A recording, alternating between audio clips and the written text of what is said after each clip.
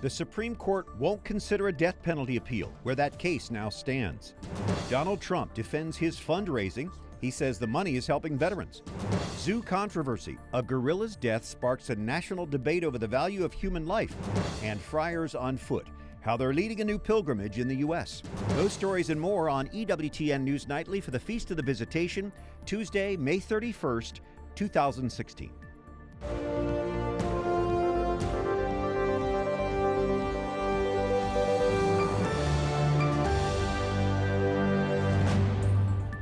Good evening from Washington. Thanks so much for joining us. I'm Brian Patrick. The Supreme Court won't consider the case of a Louisiana death row inmate who claims his sentence is unconstitutional. The appeal is the latest challenge to capital punishment in the United States. Wyatt Goolsby reports tonight from the Supreme Court.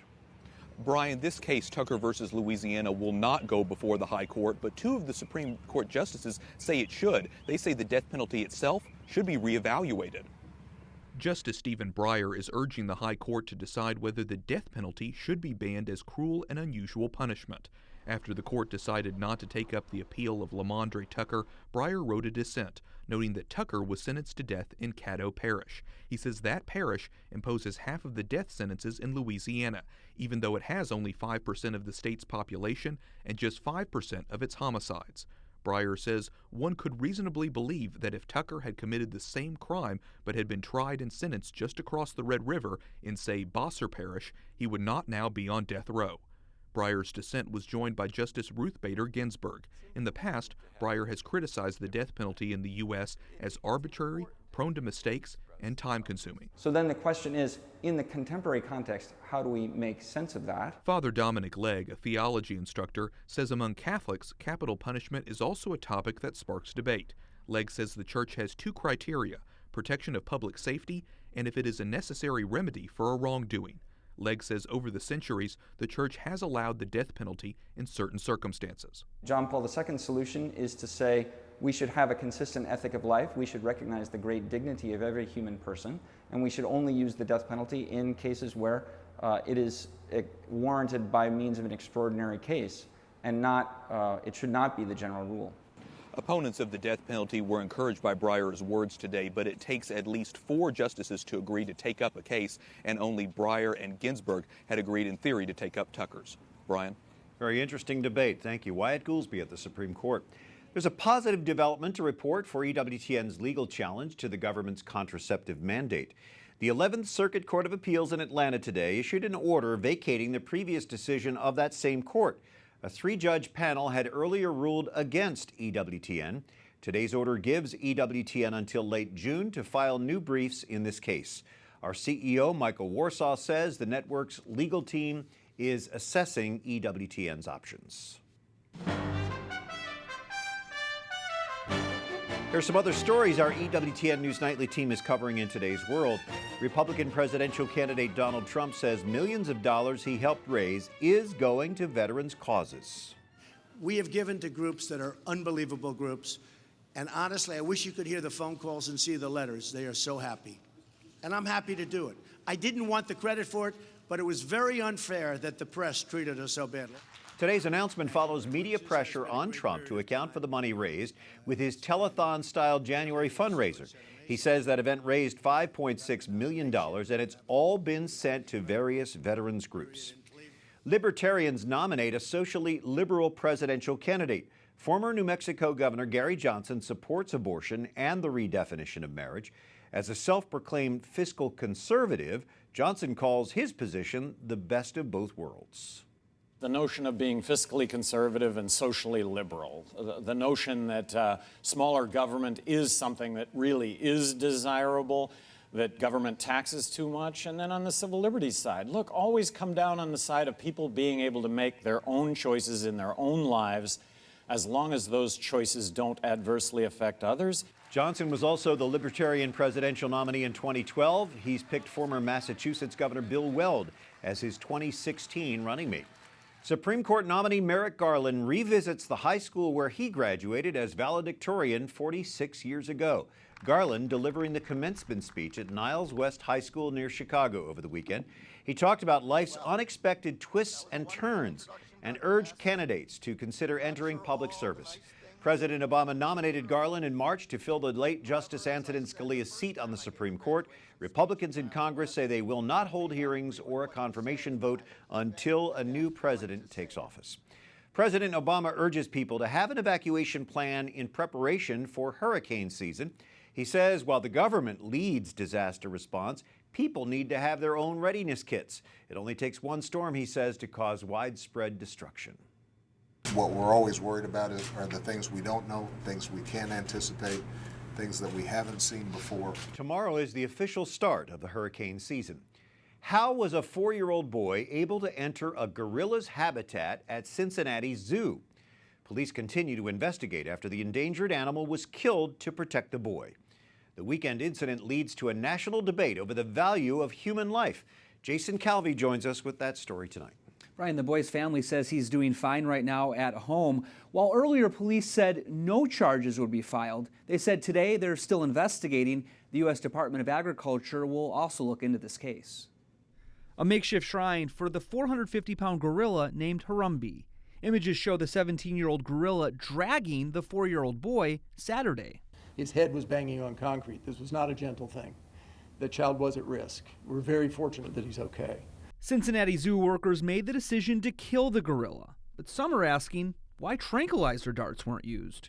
It could not be a tranquilizer. I have been in situations where we tranquilize gorillas on various occasions. Whatever's closest to them, they think is the reason they felt that dart. That child could have been in even more severe danger. Critics blame the boy's parents for the gorilla's death. More than 354,000 people have signed this petition. It says this beautiful gorilla lost his life because the boy's parents did not keep a closer watch on the child. Catholic radio host Anna Mitchell of Cincinnati says she's waiting for all the facts, but for now, I totally identify with the mother and know how it is to have a toddler that just can dart away from you in the blink of an eye. You have no idea where they are, and it only takes a couple of seconds. Protesters say the gorilla's death was senseless, but blogger Matt Walsh wrote this column saying human life always trumps animal life. Quite a few people, of course, saying that they would like to see me beaten to death by gorillas. But Walsh asks why these activists don't show outrage over all the babies aborted each day. At least, if I were to find some good in it, they recognize that the gorilla is a life, and so they do have some reverence for that life. So what we need to do as Christians is to take those people and try to get them to sort of open their hearts wider and to see that, yeah, the gorilla life is important because it is life, but human life is even more important because it's human life. And a group called Stop Animal Exploitation now says the USDA should fine the zoo because the barrier didn't stop the kid. The zoo says the safety barrier had never been breached before. A lot of people are wondering how parents could lose their child. But think of the most perfect parents of all time. Mary and Joseph lost Jesus, who stayed behind in the temple. Brian? Thank you, Jason. I have a 4-year-old grandson that I could lose just like that. I've found him every time, thank God. The United Nations Health Agency says sexual transmission of Zika is more common than first thought. It is now advising women who have been in areas hit by the Zika virus to wait at least 8 weeks to conceive. That's to ensure the virus has cleared their bodies. The president of the National Conference of Brazilian Bishops tells people abortion is not the answer. Zika is linked to microcephaly, a rare defect in which babies are born with abnormally small heads and brain damage. Amnesty International releases a final policy document favoring the full decriminalization of prostitution. One group says such a policy only empowers sex traffickers. Lisa Thompson directs education and outreach for the National Center on Sexual Exploitation. Why do you think Amnesty International, this is a human rights organization, is advocating this policy now? It's a bit of a mystery. On the one hand, they tell us that they are concerned about the violence and the exploitation that occurs against women in the sex trade, so they acknowledge that. But for those of us who have been working on this issue and following the decision, we've noted that several of the, quote, experts who they've consulted are actually people who have connections with the sex industry and have actually even been, in some cases, are convicted sex traffickers themselves. Lisa, what is the reality of sex trafficking and how can it be stopped? Well, sex trafficking is built on a foundation, and that foundation is prostitution. So if people stopped buying sex and prostitution today, there wouldn't be sex trafficking tomorrow. So we have to realize that by combating prostitution, we're actually combating sex trafficking, and we have to be concerned about the demand for the entire commercial sex trade. I believe that Amnesty International is calling prostitution a job. Doesn't that set a dangerous precedent? Well, it's a couple different problems with that message, and you're right, it's a dangerous precedent. One problem is that it subsumes all the violence and the degradation and abuse that occurs in prostitution and just makes it an on-the-job hazard. It kind of disappears the violence. And then the second part of the problem is that it sends a message to men and boys everywhere that human beings, and especially women, are just consumables. As one sex buyer has said, he's like, well, buying sex from a woman in prostitution is just like drinking a cup of coffee. You drink it and throw the cup away. So it has been decriminalized in some parts of the world. What happens when that is? Well, when you decriminalize prostitution, as I just indicated, you send a message that buying human beings for sex is normative. You've made that a normative standard. And so when you do that, you're saying there's no problem with that behavior. So the demand increases for women and girls in the sex trade. And when there's increased demand, there's going to be an insufficient of supply of women and girls. So there's going to be more sex trafficking, and there also it damages really the human rights of all women in those countries where that happens. It's an alarming development. Lisa Thompson with the National Center on Sexual Exploitation. Thank you for being with us. Thank you for having me. Coming up, the crisis worsens. Migrants face deadly consequences trying to make it to Europe. And two friars start a pilgrimage in the U.S. inspired by The Way in Spain.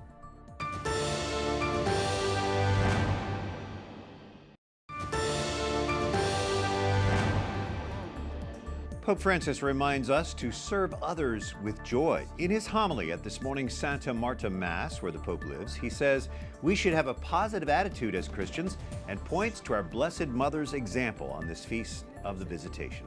Thanks for joining us this Tuesday evening. I'm Brian Patrick. The migrant crisis in Europe grows worse. Mary Shovlain reports from Rome. Pope Francis met with hundreds of children in the Vatican on Saturday. Some were migrants, most were Italians. The kids made drawings for the Pope of the dangers that migrants face at sea, and they promised to do more to help those in need. Pope Francis's message to them and to the world: migrants are not dangerous, but in danger. The meeting comes after a week of unprecedented numbers of migrants dying at sea. The International Organization for Migration estimates that some 1,000 people died or have gone missing last week alone. The reason why so many people are taking to sea at the moment and risking their lives is because they have no option. We have to give them the possibility to travel legally and safely. The fear here is that this week's spike in the number of deaths of migrants and refugees crossing the Mediterranean will only get worse in a year that has already seen hundreds of thousands fleeing to Europe. So far, 200,000 people have crossed the Mediterranean this year, and in the case of Italy, some 40,000 have arrived since the beginning of the year, and before this latest tragedies, about 1,700 had already been reported dead or missing. While the agreement between the European Union and Turkey has stemmed the tide of migrants to Greece, thousands are expected to emigrate from Libya's shores, hoping to come to Italy, to Europe, and a better life. In Rome, Mary Shovlain, EWTN News Nightly. Thank you, Mary. Pope Francis asks us to pray for the children in war-torn Syria. He says it is a way we can participate in tomorrow's International Children's Day. Russia denies involvement in overnight strikes that killed about 24 people in Syria. A British human rights group says at least 7 of the victims are children. Another group says the airstrikes hit 2 hospitals, killing 50 people. Amateur video shows relief workers using flashlights, looking for survivors in the rubble. The fighting in Fallujah intensifies. Iraqi forces say they've repelled a 4-hour counterattack by ISIS, which has held the city for 2 years now. U.S. airstrikes are supporting Iraqi troops as they try to retake that town.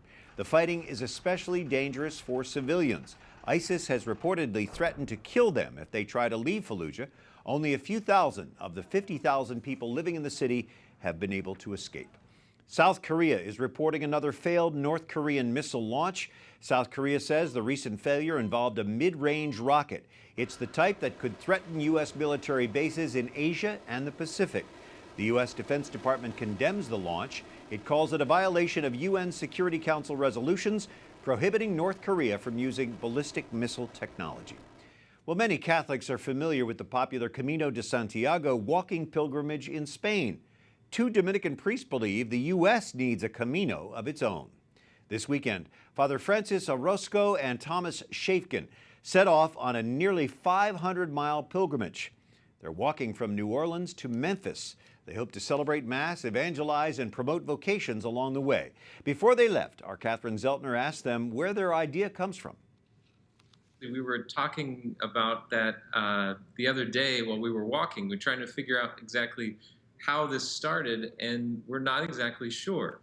But it's been around for at least 5 or 6 years, and it started, I think, with a suggestion of a friend who said, do something short, much smaller, and then it just started growing as the years went by until now, and it's now almost 500 miles. And during this nearly 500 miles, you'll be joined with others walking and evangelizing, really true to the Dominican identity, the order of preachers, isn't it? Absolutely. So St. Dominic actually walked everywhere he went, and he forbade the brothers from using horses, which would have been kind of the car of the day. And so we're really trying to follow in his footsteps, literally, and to do it here in the United States. There's lots of pilgrimages around the world, but not so much here in the U.S. And like you said, it's almost 500 miles, and we're stopping at different churches along the way. Those are our stopping points, different Catholic churches. And we do hope that maybe people will join us for whether it's an hour or 2 or perhaps even a whole day. And you two aren't bringing any money with you, is that right? It seems unheard of. How are you doing that? So that's correct. We're not taking any money with us.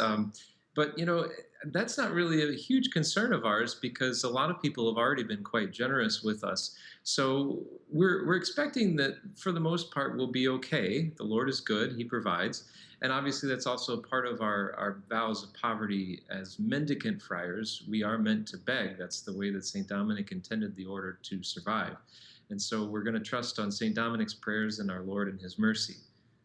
And Father Thomas, Father Francis, how can people follow along this journey? So we have a website that we've set up. It's friarsonfoot.wordpress.com. And so on this website, we have our mission, why we're doing this, but also an itinerary as well as a map. And so when we reach a parish at the end of each day, we'll make a phone call and the website will be updated with our whereabouts, what time we arrived, and people can also see where we're going next. So people can definitely follow us online around the world. You can also follow us on Facebook and Twitter, Friars on Foot. Well, we will be following along. Thank you both for taking time to speak with us. Thank you. You're very welcome. God bless you. Up next, the beauty of faith, the Feast of the Visitation portrayed through art. And gaining strength from the church, a new study explores the life-changing role religion has on women.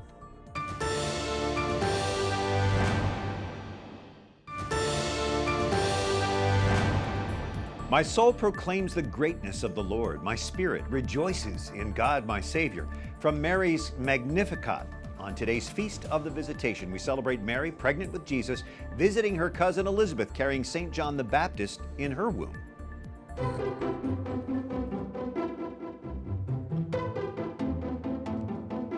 The beauty of faith, using Christian art to spread the good news. The author is Dr. Jem Sullivan. She is joining us on the Feast of the Visitation. Former guide at the National Gallery of Art. So in the first etching that we look at from the 17th century, we see a very pregnant Mary with her cousin. That's right. St. Luke tells us that after the Annunciation, Mary sets out in haste to the town of Judah, where she enters the home of Zechariah and Elizabeth. And that is the moment that the 17th century artist Carlo Maratta has captured for us in this beautiful etching. We see Mary sharing this joyful news that she is to be the Mother of God, bear the Son of God into the world. And we see this beautiful moment, the two women meeting in front of the house and St. Joseph and Zechariah standing in the background.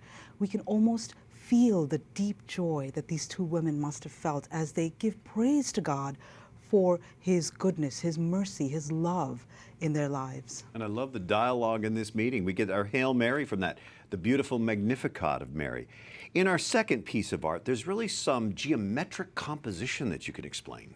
That's right. You know, this masterpiece by Piero di Cosimo, also from the National Gallery of Art, is really lifts the scene of the Visitation with radiant colors. We see Mary and Elizabeth again at the center of the composition, and on the left is St. Nicholas, on the right is St. Anthony the Abbot. The artist has also given us some other details from the Gospels, just thrown in for good measure. So the Annunciation is painted on the church wall in the background. There's the birth of Jesus and the adoration of the shepherds, and the massacre of the Holy Innocents, also painted in this one scene. But really, it's the traditional triptych format where the faces of Mary and Elizabeth are at the top of the pyramid, and at the base are the saints, and at the center of the composition are their hands joined together. That beautiful moment when we can almost hear Elizabeth say to Mary, "Blessed art thou among women, and blessed is the fruit of thy womb, Jesus." Well, thank you for blessing us with beautiful art on this Feast of the Visitation. The beauty of faith, Dr. Jem Sullivan. We appreciate you being with us. Thank you. Thank you. Well, can practicing religion help you live longer? A new study suggests women who regularly attend church add years to their lives. Wyatt Goolsby reports. If you're looking to reduce your risk of getting cancer or heart disease, the solution may be your local church. A Harvard study published by the Journal of American Medical Association finds women who attend religious services on a regular basis are healthier and live longer. The one type of aspect of spirituality that comes up most frequently in terms of being a benefit to the health is attendance at religious services. So things like prayer, things like meditation, things like Bible study, they're not as strong in terms of predicting outcomes as individuals who attend services. Researchers looked at data on nearly 75,000 middle-aged female nurses in the U.S. over the course of 20 years. They found women who attend religious services more than once a week have a 33% lower risk of death than women who never attend. The study seems to indicate the more church the better. Women who attended religious services more than once per week had the lowest risks of death, followed by women who attended just once per week and then finally less than once per week. But for regular churchgoers, going to Mass has more than just health benefits. It really gives you a good, warm, comforting feeling within and helps you to deal with the trials of life. EWTN production assistant Sheila Ryan agrees. Ryan is a cancer survivor who regularly attends church on Sundays and some weekdays. She says leaning on her faith 3 years ago while going through chemotherapy helped sustain her. I just kept focusing on Jesus and his suffering on the cross. And that gave me so much joy. I had my rosary, my prayers, but it's just my conversation on a regular basis with our Lord helped me a lot. Across the country, church continues to be a source of strength. The study says, if appropriate, doctors could do more to explore religion and spirituality with their patients. Wyatt Goolsby, EWTN News Nightly. Thank you, Wyatt. A Philadelphia pastor will be ordained auxiliary bishop for the Archdiocese August 18th. Monsignor Edward Delabin says he's surprised by the Pope's appointment. This news was a complete and unexpected surprise, and it certainly has been a lot to absorb. The 69-year-old priest has been pastor of St. Charles Borromeo Church. He's involved in outreach to the Hispanic community in Philadelphia. He will now assist Archbishop Charles Chaput in leading the Archdiocese. Pope Francis says he has no plans to retire. The Pope responding to a young person's question over the weekend, he said, quote, "I never thought of quitting being Pope or of leaving because of my many responsibilities." Hollywood stars George Clooney and Richard Gere among those meeting with Pope Francis at Sunday's gathering for the Global Educational Initiative that the Holy Father launched. The Pope's educational program connects technology with arts and sports to promote integration and peace. Organizers say it's affiliated with more than 400,000 schools in 82 countries. For the EWTN News Nightly team, I'm Brian Patrick. Thanks for watching. Good night. God bless.